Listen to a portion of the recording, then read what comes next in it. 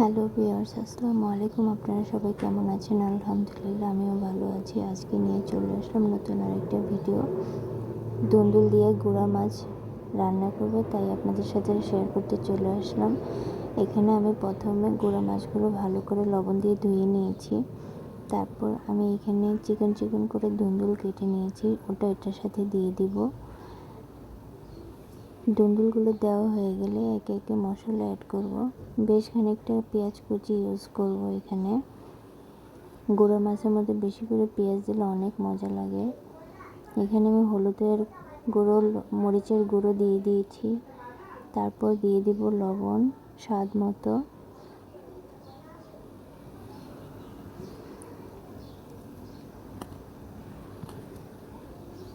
এরপর আমরা দিয়ে দেবো এটার সাথে কিছুটা টমেটো কুচি, দিয়ে ভালো করে মাখিয়ে নিব।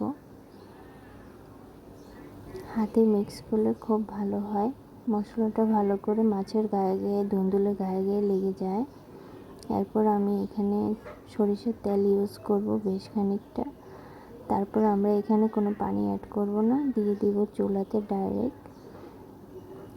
দিয়ে কিছুটা নেড়ে চেড়ে ঢেকে রান্না করব বেশ খানিকক্ষণ।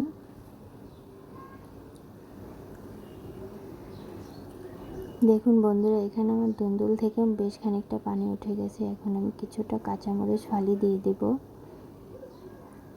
তারপর আমি আরও কিছুক্ষণ ঢেকে রান্না করব। আমার রান্নাটা প্রায় মোটামুটি হয়ে গেছে।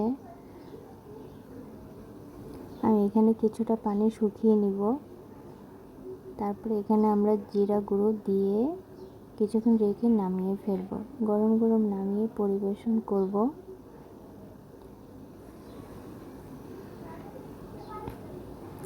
হয়ে গেল আমার কাচকি মাছ দিয়ে দুন্দুল রান্না।